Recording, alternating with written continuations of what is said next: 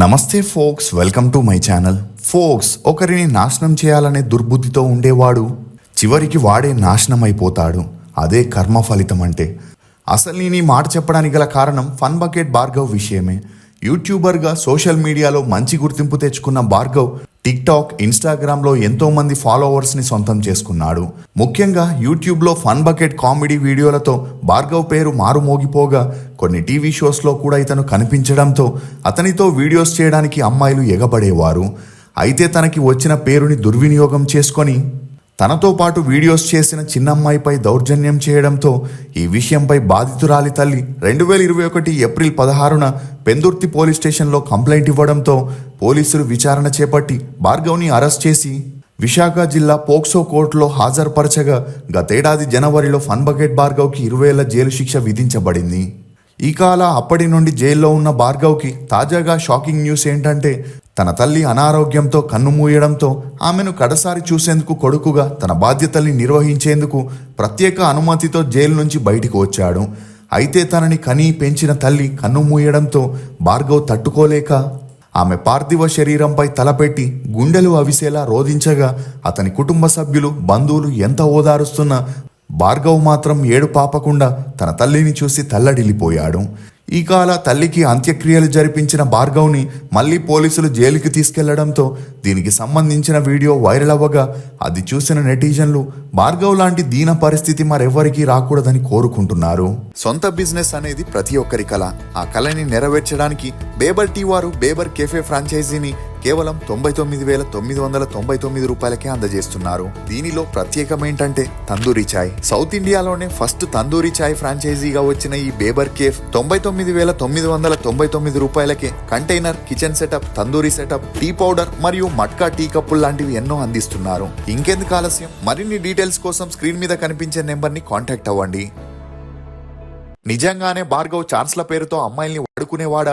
Watchman కొడుకు నుండి YouTuber గా ఎలా ఎదిగాడు? 20 ఏళ్ల వరకు భార్గవ్ నిజంగానే జైల్లో ఉంటాడా? అసలు ఈ కేసులో ఏం జరిగింది అనే నమ్మలేని నిజాల్ని ఈ వీడియోలో చెప్పడానికి నేను ప్రయత్నిస్తాను. మీరు మాత్రం ఈ వీడియోని పూర్తిగా చూడండి. Chippada Bhargav alias fun bucket Bhargav. ఇతను 1995 సెప్టెంబర్ 15న వైజాగ్ లోని కొత్త వలసలో ఒక మధ్యతరగతి కుటుంబంలో జన్మించాడు. తండ్రి ఆదినారాయణరావు, తల్లి లక్ష్మి. ఇక ఇతని తండ్రి కొత్త వలసలోని శ్రీలక్ష్మి నరసింహ థియేటర్ లో వాచ్మెన్ గా పనిచేస్తే తల్లి జామీ హై స్కూల్లో అటెండర్ గా పనిచేస్తుండేది. అలా వీరిది ఉమ్మడి కుటుంబం కావడంతో ఇంటికి వచ్చే సంపాదన కుటుంబ పోషణకే సరిపోక ఆర్థిక ఇబ్బందులు ఎదురై అప్పులు చేసే పరిస్థితి ఉండేది. ఇక అలా భార్గవ్ కి చిన్నప్పటి నుండే తను కోరిందేది తల్లిదండ్రులు ఇవ్వకపోవడంతో తను పెద్దయ్యాక బాగా చదివి మంచి జాబ్ కి వెళ్లి తనకి నచ్చినట్లు బ్రతకాలనుకునేవాడు. ఇక భార్గవ్ తన స్కూలింగ్ ని కొత్త వలసలోని ప్రాథమిక పాఠశాలలో చదివాడు. చదువుల్లో అంతంత మాత్రమే ఉన్న భార్గవ్ కి చిన్నప్పటి నుండి జోక్స్ చేస్తూ చుట్టుపక్కనుండే వారిని నవ్వించడంతో అందరూ భార్గవ్ తో సినిమాల్లోకి వెళితే మంచి యాక్టర్ అవుతావని ఎంకరేజ్ చేయడం మొదలెట్టారు. దీంతో భార్గవ్ కి అప్పటి నుండి సినిమాలపై ఇంట్రెస్ట్ పెరిగి చదువులపై తన దృష్టిని సారించలేకపోయాడు. ఇక ఈ క్రమంలోనే భార్గవ్ 8వ తరగతి నుండి గీత అనే అమ్మాయిని సిన్సియర్ గా ప్రేమించగా వీరిద్దరూ డిగ్రీ పూర్తవగానే పెళ్లి చేసుకోవాలనుకున్నారు. కానీ ఎప్పుడైతే భార్గవ్ తను 10th లో ఫెయిల్ అయ్యాడో ఆ అమ్మాయి భార్గవ్ తో ఉన్న రిలేషన్ కి ఫుల్ స్టాప్ పెట్టేసింది. దీంతో తన చదువుల్ని కంటిన్యూ చేయలేక వైజాగ్ లో జరిగే షూటింగ్స్ కి ఆర్టిస్టులని సప్లై చేసే జూనియర్ ఆర్టిస్ట్ ని కలవడం జరిగింది. దీంతో భార్గవ్ లెజెండ్, మళ్ళీ ఇది రాని రోజు అనే మూవీస్ లో జూనియర్ ఆర్టిస్ట్ గా వెళ్లడంతో తనకి ఆ పనిపై కాస్త అవగాహన వచ్చింది. దీంతో కాలక్రమేణా సినిమా మేనేజర్స్ తో మంచి పరిచయాన్ని పెంచుకున్న భార్గవ్ తనే జూనియర్ ఆర్టిస్టులని గ్యాదర్ చేస్తూ వైజాగ్ లో జరిగే షూటింగ్స్ కి జూనియర్ ఆర్టిస్టులని సప్లై చేయడం మొదలెట్టాడు. ఇక సంవత్సరానికి 3 నుండి 4 సినిమాలు మాత్రమే వైజాగ్ లో షూటింగ్ చేయగా మిగిలిన టైం ఖాళీగా ఉండలేక భార్గవ్ 2014లో హైదరాబాద్ కి వచ్చి తనకి తెలిసిన ఆర్టిస్ట్ కోఆర్డినేటర్ రూమ్ లో ఉంటూ సినిమాల్లో ఛాన్స్ల కోసం ట్రై చేయడం మొదలెట్టాడు. అలా కొన్ని ఆడిషన్స్ కి వెళ్ళినా ఇతనికి యాక్టింగ్ లో ఎక్స్పీరియన్స్ లేని కారణంగా రిజెక్ట్ చేసేవారు. అలా కొన్ని నెలలు గడవగా తన ఆర్థిక పరిస్థితులు దారుణంగా మారి వేరే దారి లేక భార్గవ్ ఒక మూవీ ఆఫీస్ లో ఆఫీస్ బాయ్ గా చేరాడు. ఇక అదే ఆఫీస్ లో పనిచేస్తున్న కొంతమంది మోడీ ఈజ్ మై డాడీ అనే షార్ట్ ఫిల్మ్ ని ప్లాన్ చేయగా అందులో భార్గవ్ కి చిన్న పాత్రని కూడా ఇవ్వడం జరిగింది. ఇక అలా ఆ వీడియో వల్ల ఇతనికి ఎటువంటి యూజ్ అవ్వలేదు. గానీ ఒక యూట్యూబ్ ఛానల్ వారు ఫన్ బకెట్ అనే ప్రోగ్రామ్ ని చేస్తున్నారని తెలుసుకుని ఆ షో ద్వారా ఫేమస్ అయితే తనకి సినిమాల్లో ఛాన్సులు వస్తాయనుకున్నాడు. అలా వారిని కాంటాక్ట్ అవ్వగా వారు ఇతనితో ప్రీవియస్ చేసిన షార్ట్ ఫిలిమ్స్ ని పంపమని అడగడంతో భార్గవ్ తనకున్న కాంటాక్ట్స్ తో ఒక షార్ట్ ఫిలిం ని చేయాలని ప్లాన్ చేశాడు. దీంతో సినిమాల్లోకి దారేది అనే ఒక స్టోరీని రాసుకొని తనే హీరోగా, డైరెక్టర్ గా ఆ షార్ట్ ఫిలిం ని కంప్లీట్ చేశాడు. అలా fun bucket team Bhargav short film ని చూసి ఆ షోకి ఇతన్ని సెలెక్ట్ చేయడం జరిగింది. ఇక అలా నెలకి 6,000 శాలరీని తీసుకుంటూ 2 సంవత్సరాలు ఆ యూట్యూబ్ ఛానల్లోనే పనిచేయడంతో భార్గవ్ కి కొంతవరకు గుర్తింపు వచ్చింది. ఇక ఈ క్రమంలోనే ఆ ప్రోగ్రామ్ లో తనతో యాక్ట్ చేసే సౌమ్య అనే అమ్మాయితో భార్గవ్ కి మంచి పరిచయం ఏర్పడి ఆ పరిచయం కాస్త నిదానంగా సన్నిహిత్యంగా మారి వీరిద్దరూ ప్రేమలో పడ్డారు.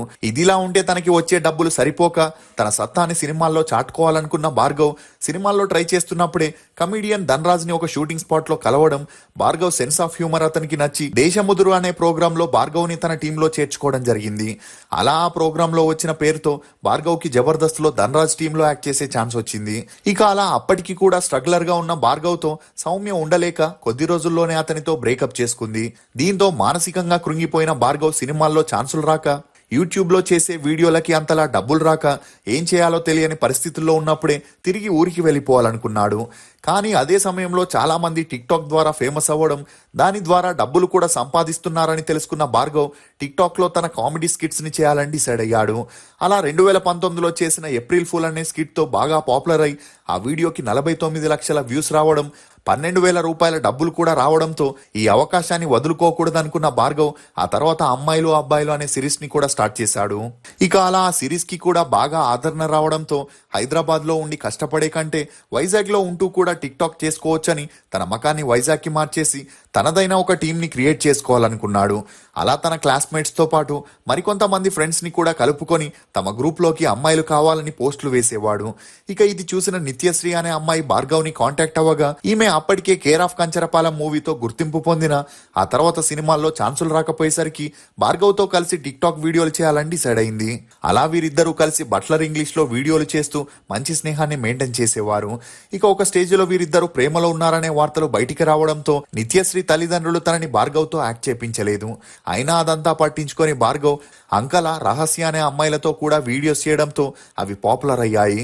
ఇక అలా తనకి వచ్చిన గుర్తింపుతో ఎంసీఎన్ కంపెనీ వారు భార్గవ్ కి నెలకి 3 లక్షల ప్యాకేజ్ నిస్తామనడంతో ఈ అవకాశాన్ని వదులుకోకూడదని వారితో టైఅప్ అయ్యాడు.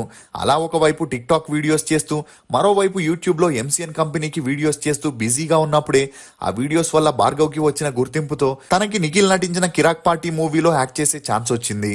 అలా ఈ మూవీ 2018లో రిలీజ్ అవ్వగా తన తండ్రి వాచ్మెన్ గా చేస్తున్న అదే థియేటర్ కి వెళ్లి ఫ్యామిలీతో కలిసి తన మూవీని చూడడంతో తమ కొడుకు ప్రయోజకుడు అవుతాడని తల్లిదండ్రులకి నమ్మకం కుదిరింది. ఆ తర్వాత సుబ్రహ్మణ్యపురం, మిస్టర్ మజ్ను, హిప్పీ, నర్తనశాల అనే బ్యాక్ టు బ్యాక్ 10 మూవీస్ లో యాక్ట్ చేస్తూ మంచి గుర్తింపును పొందాడు. ఇక అలా తన ఎదుగుదలతో పాటే భార్గవ్ కి యాటిట్యూడ్ కూడా పెరుగుతూ వచ్చింది. అలా తనకి వచ్చిన నేమ్, ఫేమ్ లైఫ్ లాంగ్ అలాగే ఉంటుందనుకున్నాడు. ఇదిలా ఉంటే చాలా మంది అమ్మాయిలు, ముఖ్యంగా టీనేజర్స్ భార్గవ్ తో యాక్ట్ చేసేందుకు మక్కువ ఎక్కువగా చూపిస్తూ సోషల్ మీడియా ద్వారా తనని కాంటాక్ట్ అవ్వడానికి ప్రయత్నించేవారు. అలా తమకి యాక్టింగ్ పై ఇంట్రెస్ట్ ఉందని తన వెంట పడడంతో భార్గవ్ దాన్ని చనువుగా తీసుకొని వారితో ఫోన్ కాల్స్ మాట్లాడుతూ లైంగికంగా కూడా వాడుకోవడం మొదలెట్టాడు. ఇక అలా భార్గవ్ మాత్రమే కాకుండా అతని ఫ్రెండ్స్ కూడా ఆ అమ్మాయిలతో లవ్ ట్రాక్ ని నడిపేవారనే టాక్ కూడా వినిపించింది. ఇక అలా అమ్మాయిలు వచ్చే కొద్దీ 5-6 వీడియోలకి ఆ అమ్మాయిల్ని మార్చేస్తుండేవాడు. ఇదిలా ఉంటే ఆ మధ్యలో భార్గవ్ తనని మోసం చేశాడని 2 అమ్మాయిలు పోలీస్ స్టేషన్ లో కంప్లైంట్ ఇవ్వగా వారితో పంచాయతీ పెట్టి డబ్బులతో కాంప్రమైజ్ చేసినట్లు కూడా వార్తలు వినిపించాయి. అయినా కూడా తన తీరుని మార్చుకొని భార్గవ్ రమ్య అనే 14 ఏళ్ల అమ్మాయి ఇన్స్టాలో తనకి మెసేజ్ చేస్తూ తను ఫేమస్ అవ్వాలని, తనకు ఒక ఛాన్స్ కావాలని అడగడంతో భార్గవ్ ఇమీడియట్ గా ఒప్పుకున్నాడు. ఇక అలా ఆ అమ్మాయిది కూడా వైజాగ్ అవ్వడంతో భార్గవ్ తనని పిలిచి ఆమెతో వీడియోస్ చేస్తూ పోస్ట్ చేయడంతో వీరి జోడికి అంతలా ఆదరణ దొరకలేదు గాని వీరిద్దరి మధ్య మంచి పరిచయం ఏర్పడి ఆ పరిచయం కాస్త నిదానంగా సన్నిహిత్యంగా మారి వీరిద్దరూ ప్రేమలో పడ్డారు. ఇక రమ్య అని తెలిసినా కూడా భార్గవ్ ఆమెతో సన్నిహిత్యంగా ఉంటూ తన మొబైల్లో ఆమె ప్రైవేట్ ఫొటోస్ ని తీసుకునేవాడు. అలా ఒక స్టేజ్ లో ఆ అమ్మాయి ప్రెగ్నెంట్ అవ్వగా భార్గవ్ ఎవరికీ తెలియకుండా ఆమెకి గర్భపాతం చేపించి అప్పటి నుండి ఆమెను దూరం పెడుతూ వచ్చాడు. ఇక అలా భార్గవ్ తనని ప్రేమిస్తున్నాడని, పెళ్లి కూడా చేసుకుంటాడని తనని తాను అర్పించుకున్న రమ్య భార్గవ్ తనని అవాయిడ్ చేస్తూ వేరే అమ్మాయిలతో వీడియోస్ చేయడం తట్టుకోలేక తన పేరెంట్స్ కి జరిగిన విషయం మొత్తం చెప్పడం జరిగింది. అలా వారు భార్గవ్ తో మాట్లాడిన తన డబ్బు, ఫేమ్ తో ఎలాంటి ప్రాబ్లమ్స్ నైనా సాల్వ్ చేసుకోవచ్చని భార్గవ్ వారిని పట్టించుకోలేదు. దీంతో రమ్య తల్లిదండ్రులు 2021 ఏప్రిల్ 16న భార్గవ్ పై పోలీస్ కంప్లైంట్ ఇవ్వగా ఫోక్సో చట్టం కింద కేసుని నమోదు చేసి పోలీసులు పోలీసులు మరుసటి రోజే భార్గవ్ని అరెస్ట్ చేయడంతో ఈ ఇష్యూ అన్ని చోట్ల హల్చలైంది. ఇక ఆ మధ్యలో కాంప్రమైజ్ అవ్వడానికి ట్రై చేయగా అందుకు రమ్య తల్లిదండ్రులు ఒప్పుకోకపోవడంతో ఈ కేసు 2021 నుండి 2025 వరకు కోర్టులో నడుస్తూ వచ్చింది. అలా చివరిగా జనవరి 10న భార్గవ్ని దోషిగా పరిగణించిన విశాఖ జిల్లా ఫోక్సో కోర్టు భార్గవ్కి 20 ఏళ్ల కఠిన కారాగార శిక్షతో పాటు ఆ అమ్మాయికి 4 లక్షల పరిహారాన్ని కూడా ఇవ్వాలని తీర్పునిచ్చింది. ఇక ఇలాంటి శిక్ష పడిన వ్యక్తి బెయిల్ మీద మళ్ళీ బయటికి రావచ్చా అంటే సాధారణంగా అసాధ్యమనే చెప్పొచ్చు. ఎందుకంటే 18 ఏళ్ల లోపున్న పిల్లలందరికీ రక్షణ కల్పించాలనే ఉద్దేశంతో 2012లో ఫోక్సో చట్టాన్ని తీసుకొచ్చారు. అలా 12 సంవత్సరాల కంటే తక్కువ వయసున్న బాలికలపై దౌర్జన్యం చేస్తే వారికి మరణశిక్షని, 13 నుండి 17 ఏళ్ల లోపున్న బాలికలపై జరిగితే కనీసం 10 నుండి 20 సంవత్సరాల వరకు జైలు జీవితాన్ని అనుభవించాల్సి ఉంటుంది. ఇక అలా బాధితులు కేసు నమోదు చేసిన తర్వాత 2 నుండి 6 నెలల లోపు ఈ కేసుని దర్యాప్తు చేసి కోర్టు నిందితులకి శిక్షని విధించాల్సి ఉంటుంది.